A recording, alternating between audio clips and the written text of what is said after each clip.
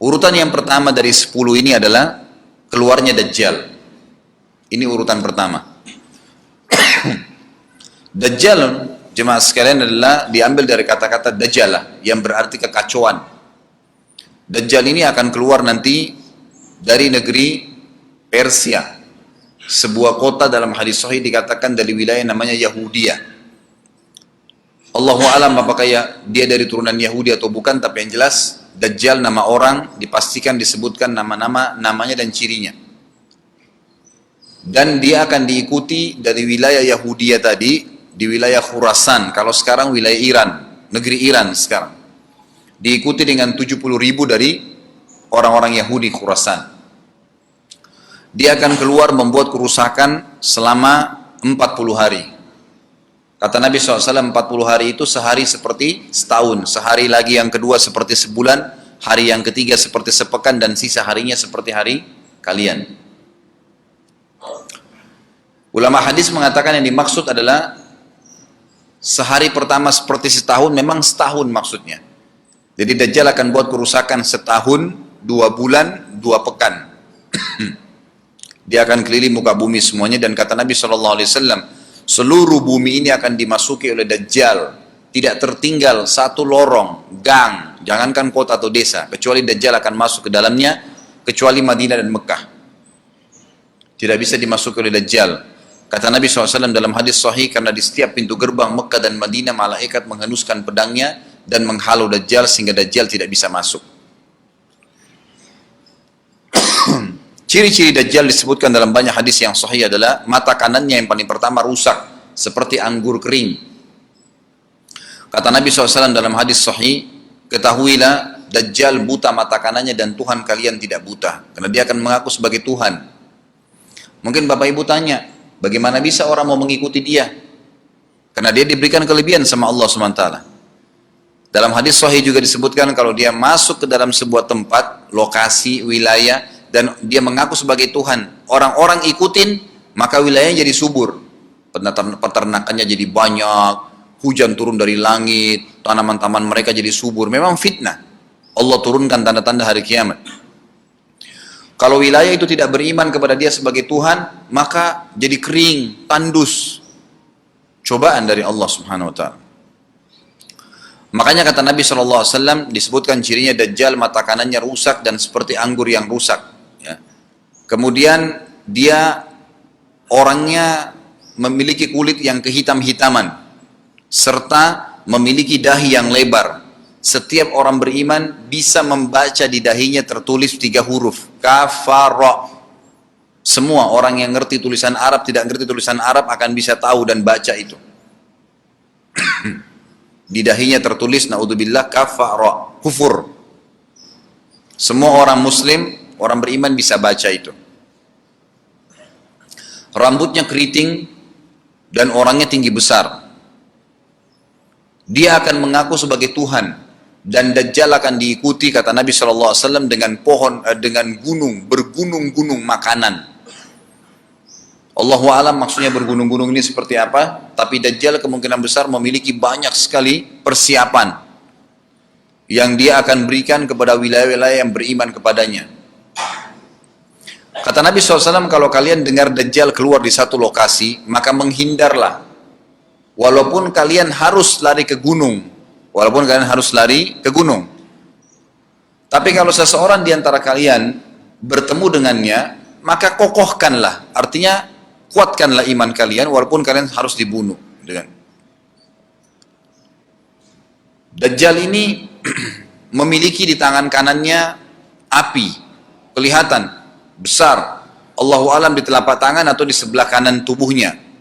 Kemudian di sebelah kirinya itu memiliki air yang sejuk seperti sebuah lautan yang luas. Sebagian ulama hadis mengambil hadis ini dengan letter-letternya, artinya dia memang punya api yang sangat besar untuk menghukum orang-orang yang tidak beriman pada dia, dan dia memiliki sungai atau lautan yang luas, airnya sejuk dan dingin bagi orang yang ikut kepada dia. Kata Nabi SAW, kalau kalian ditangkap oleh Dajjal, hadis segini, kalau kalian dengarkan Dajjal, carilah tempat yang jauh dan jangan seseorang di antara kalian berkata, imanku kuat, aku akan menghadapinya. Karena bisa saja dia mengatakan itu, ternyata pada saat ketemu dia jadi pengikutnya. Tapi kalau kalian bertemu, kokohkanlah pendirian kalian dan yakinlah Dajjal, ya, di tangan kanannya ada api dan di tangan kirinya ada lautan. Kalau kalian tertangkap, maka pilihlah yang di tangan kanannya, yang api. Dan ucapkanlah bismillah. Pada saat kalian pun harus dilemparkan ke api itu, ketahuilah api tersebut adalah lautan yang dingin. Terbalik, air yang dingin di tangan kirinya sebenarnya itu adalah api neraka yang panas. Maka kita diajar oleh Nabi SAW. Dajjal terus aja banyak pengikutnya, akan diekspos seperti kita tahu sekarang. Luar biasa bagaimana media dalam sekejap saja sudah bisa tersebar di sana sini beritanya. Kata sebagian ulama yang menanggapi fasilitas media kita di zaman sekarang mengatakan, kemungkinan besar memang Dajjal ini akan terekspos sangat cepat karena adanya media kayak kita sekarang. Cepatnya dia keliling muka bumi ini setahun, 2 bulan, 2 pekan sudah semua bumi ini dilingkari, didatangin karena memang sekarang fasilitas pesawat ada, transportasi mudah. Dan memang ada salah satu hadis yang dihasankan oleh para ulama, salah satu tanda-tanda hari kiamat adalah adanya besi yang berterbangan yang menjadi tunggangan manusia. Sekarang ada pesawat, ada kereta api, ada mobil. Nah, itu ada hadisnya. Maksud tanda-tanda hari kiamat. Dajjal nanti akan masuk ke Mekah dan Madinah, akan tiba di Mekah dan Madinah, tapi yang dibahas dalam hadis adalah di kota Madinah. Mohon maaf. Lalu kemudian dia mau masuk tapi tidak bisa dihalang, maka dia naik ke atas sebuah gunung yang tinggi bersama pengikutnya, lalu dia berkata kepada para pengikutnya, apakah kalian lihat istana yang putih itu? Maksudnya melihat ke Masjid Nabawi. Lalu berkata para pengikutnya, iya tentu saja. Lalu berkatalah, ya, Dajjal itu adalah istananya Muhammad. Tidak bisa dia masuk ke dalam. Dia hanya batas wilayah haram di luar kota Madinah. Maka kata Nabi SAW, Dajjal pun menepukkan telapak kakinya ke bumi di luar kota Madinah, maka terjadilah gempa di kota Madinah, dan keluar dengan gempaan tersebut semua orang yang munafik. Karena orang kafir nggak ada di Madinah. Semua orang yang di dalam hatinya ada sifat kemunafikan keluar dan jadi pengikutnya Dajjal karena goncangan itu. Dan tertinggallah di kota Madinah orang yang hatinya bersih imannya kepada Allah Subhanahu Wa Taala. Lalu kata Nabi SAW, akan keluar dari kota Madinah nanti saat satu orang anak muda dengan hikmah Allah, dia keluar dan orang ini bersih hatinya dengan keimanan. Maka Dajjal pun menangkapnya. Lalu dia ingin mendemokan kemampuannya di depan para pengikutnya. Lalu kemudian Dajjal pun mengatakan kepada anak muda tersebut, saya Tuhanmu. Anak muda itu mengatakan, kau adalah Dajjal yang telah disampaikan oleh Nabi kami Muhammad SAW. Maka dia pun mengambil gergaji, sebagian hadis lain menjelaskan alat yang tajam, lalu membelah dua anak itu. Dari kepalanya dibelah sampai ke kemaluannya, terbelah dua kiri kanan. Lalu Dajjal lewat di tengah-tengahnya, demo sambil ya dilihat oleh para pengikutnya dan mereka bersorak-sorak. Lalu Dajjal mengatakan, bersatulah, bersatu kembali jasadnya. Kata Dajjal dalam hadis ini, apakah kau sudah yakin saya Tuhanmu? Anak muda itu mengatakan, saya bertambah yakin kalau kau adalah Dajjal yang disampaikan oleh Nabi SAW. Kata Nabi SAW dalam hadis penutup, ini hadis sahih riwayat Bukhari, riwayat Muslim, ahli sunan, semua menukil tentang masalah Dajjal. Saya tidak sebutkan siapa-siapa perawinya karena memang ini semua hadis sahih. Cukup banyak hadisnya, saya satukan saja. Jadi merangkai seperti sebuah cerita. Maka Dajjal pun akhirnya setelah itu tidak mampu menyentuh anak muda lagi. Anak muda itu, Allah SWT sudah selamatkan dia. Ringkas cerita, Mekah sama Madinah cuma dia laluin, kemudian dia menuju ke Palestina. Pada saat tiba di Palestina, Dajjal sendiri tidak tahu kalau ajalnya sudah dekat. Maka dia pun akhirnya ya berdemo di sana, menganggap dia punya sebuah kerajaan sampai di daerah Palestina, tepatnya sekarang Israel, subhanallah. Direbut wilayah itu oleh Israel tanpa mereka sadari, dalil-dalil wahyu menuntun mereka ke situ. Ada sebuah kota namanya kota Babelut. Di Israel itu kota itu ada, saya pernah lihat cuplikannya. Termasuk kota yang diidolakan di dalam negeri Israel sendiri namanya Babelut. Subhanallah, hadis menyebutkan nama Babelut. Hadis Nabi SAW dari 1400 tahun yang lalu mengatakan, nanti Dajjal akan berkumpul di sebuah wilayah namanya Babelut di Syam. Maksudnya di Palestina itu. Israel sekarang. Ada kota Babulud dan orang Yahudi sekarang lagi gencar membangun kota itu dan dianggap kota favoritnya Israel. Subhanallah. Dajjal akan masuk ke sana dan berkurung diri. Pada saat dia tiba di Palestina, waktu yang bersamaan, di kota Madinah berkecamuk. Kaum muslimin sepakat semua keluar untuk mengejar Dajjal dan membunuhnya. Keluar dari kota Madinah, satu orang yang namanya seperti namanya Nabi Muhammad SAW, Muhammad bin Abdullah, dan dia dari turunan Nabi SAW juga. Kata Nabi SAW akan keluar nanti, ya, seseorang dari kota Madinah, dari keturunanku, yang namanya seperti namaku, Muhammad bin Abdullah. Juga sama posternya, parasnya seperti aku. Sama dengan Nabi SAW, persis alisnya, rambutnya, kulitnya, dari turunan Nabi SAW, tapi dari asli kota Madinah. Sebagian ulama hadis mengatakan dari turunan Hasan radhiyallahu anhum ajmain. Intinya kata Nabi SAW akan keluar nanti dari kota Madinah, tapi akhlaknya bukan seperti akhlakku. Tentu tidak mungkin ada orang yang sama dengan akhlak Nabi SAW. Kata Nabi SAW, Allah mengubah dia dalam sehari semalam. Tiba-tiba berubah menjadi orang baik dalam sehari semalam, jadi orang faham agama. Lalu orang-orang pun akan datang kepadanya dari masyarakat Madinah berkata, engkau adalah turunan Rasulullah SAW, pimpinlah kami berperang melawan Dajjal. Maka dia pun menolak. Dia menolak awalnya, kemudian dia menuju ke Mekah diikutin dengan 300 orang pertama dari kota Madinah. Sampai di Mekah, setelah selesai dia tawaf, maka seluruh muslimin menunjuknya sambil mengatakan, engkau harus memimpin kami. Dan orang ini punya julukan Mahdi, dikenal dengan Imam Mahdi. Inilah tanda-tanda kiamat yang kedua. Setelah Dajjal keluar, buat kerusakan di muka bumi tadi selama 40 hari itu atau setahun lebih. Kemudian keluarlah tanda-tanda kiamat kedua pada saat dia sudah tiba di kota Babulud di Israel. Keluarlah si Mahdi ini. Pada saat dia tiba di Mekah, dibaiatlah oleh banyak kaum muslimin, tidak disebutkan jumlah pasukannya, maka terbentuklah pasukan jihad yang mengejar Dajjal menuju ke Palestina. Lalu keluar tanda-tanda kiamat 3, langsung berentetan semua. Makanya ulama mengatakan tanda-tanda kiamat kecil itu antara satu sama yang lain ada jarak-jaraknya. Tapi kalau tanda-tanda kiamat besar sekali datang, maka datang semua. Gitu kan. Walaupun memang ada masa, gitu kan, ada masanya. Tanda-tanda kiamat besar yang ketiga adalah pada saat pasukan Imam Mahdi dengan pasukan jihad itu tiba di Darul Baydha namanya, menara kota putih yang ada menara putihnya, dan itu sekarang di negeri Syam, tepatnya di Damaskus, ibu kota Syria. Sebagian ulama mengatakan Masjid Jami' Syam, karena memang menaranya berwarna putih. Hadis menyebutkan di menara itulah, di masjid itulah Imam Mahdi mampir sholat asar bersama pasukannya, dan sudah dekat. Syam, negeri Syam, masuk di dalamnya wilayah itu adalah Israel, ya sekarang Palestina, kemudian Syria, dan ini masjid ada di Syria, di Damaskus. Pada saat itulah datang tanda-tanda kiamat besar yang ketiga, yaitu turunnya Nabi Isa alaihissalam. Kata Nabi SAW dalam hadis Bukhari, hadis Muslim, hadis Sahih semuanya, dikatakan Isa alaihissalam akan turun sambil memegang kedua sayapnya malaikat, dan dari rambutnya yang basah meneteskan air. Pegang sayap malaikat turun, dan semua muslimin waktu itu menyaksikan.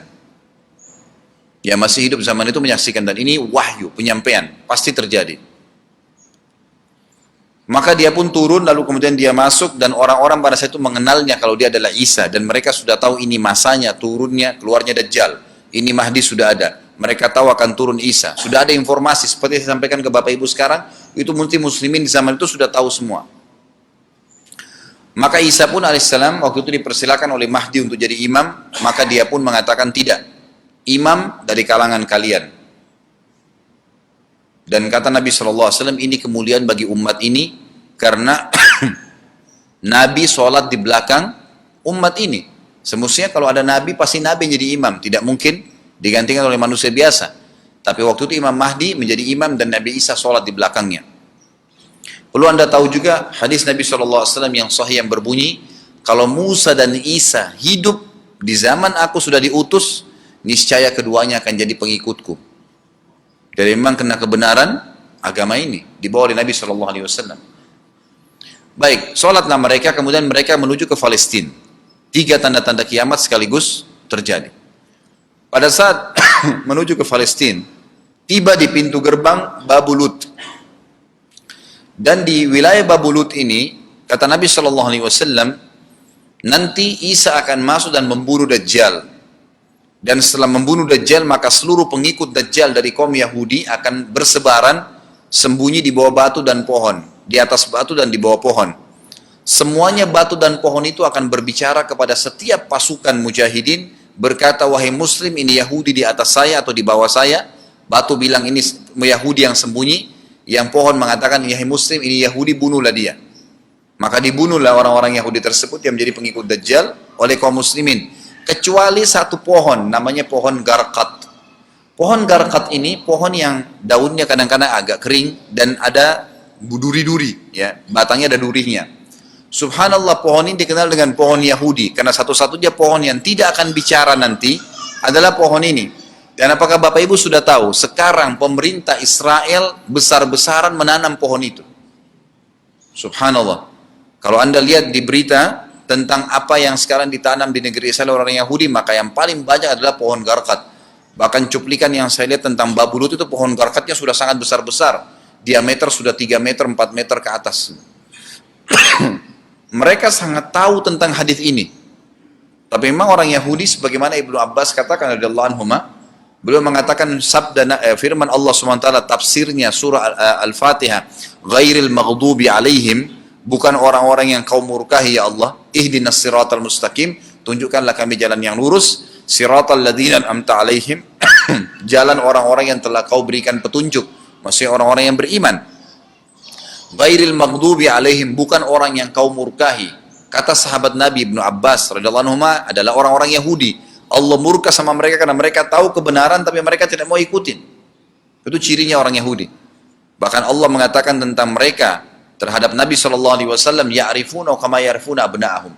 Mereka mengenal Muhammad SAW sebagaimana mereka mengenal anak-anak mereka sendiri. Jadi orang Yahudi tahu. Waladhdallin, dan bukan orang-orang yang sesat. Ini adalah kata Ibnu Abbas, orang-orang Nasrani. Mau nyebarin agama tapi mereka keliru. Agamanya yang Nabi Isa itu tidak wajib disebarkan di seluruh dunia. Tapi disebarin untuk Bani Israel. Karena Nabi Isa diutus untuk Bani Israel. Mereka mau berdakwah tapi salah. Ringkas cerita adalah Nabi Isa alaihissalam akhirnya tiba dengan pasukan mujahidin di depan pintu gerbang Babulut. Kemudian orang-orang Yahudi tidak kenal, tidak tahu Nabi Isa, tidak tahu tentang itu Mahdi. Mereka belum tahu ini. Mereka berbangga-bangga saja. Lalu mereka berkata kepada Dajjal, ada pasukan, segelintir pasukan yang mau menyerang kita. Dajjal mengatakan, bukakan pintu gerbang. Mereka tidak akan mampu melawan kita karena pasukannya mereka banyak memang. Maka Dajjal dengan sombongnya menunggu di depan pintu gerbang. Pada saat dibuka, Dajjal kaget melihat ada Isa alaihissalam. Dan pada saat itu kata Nabi SAW, Dajjal faham kalau sudah tiba ajalnya. Begitu melihat Isa alaihissalam, dia lari dan badannya sambil meleleh di depan para pengikutnya. Lalu Isa alaihissalam mengejarnya mengatakan, wahai musuh Allah, saatnya kau akan menemui ajalmu. Lalu ditusuklah dengan tombak emas di antara dua matanya, maksudnya di dahinya, ditusuk oleh Isa AS dan matilah Dajjal.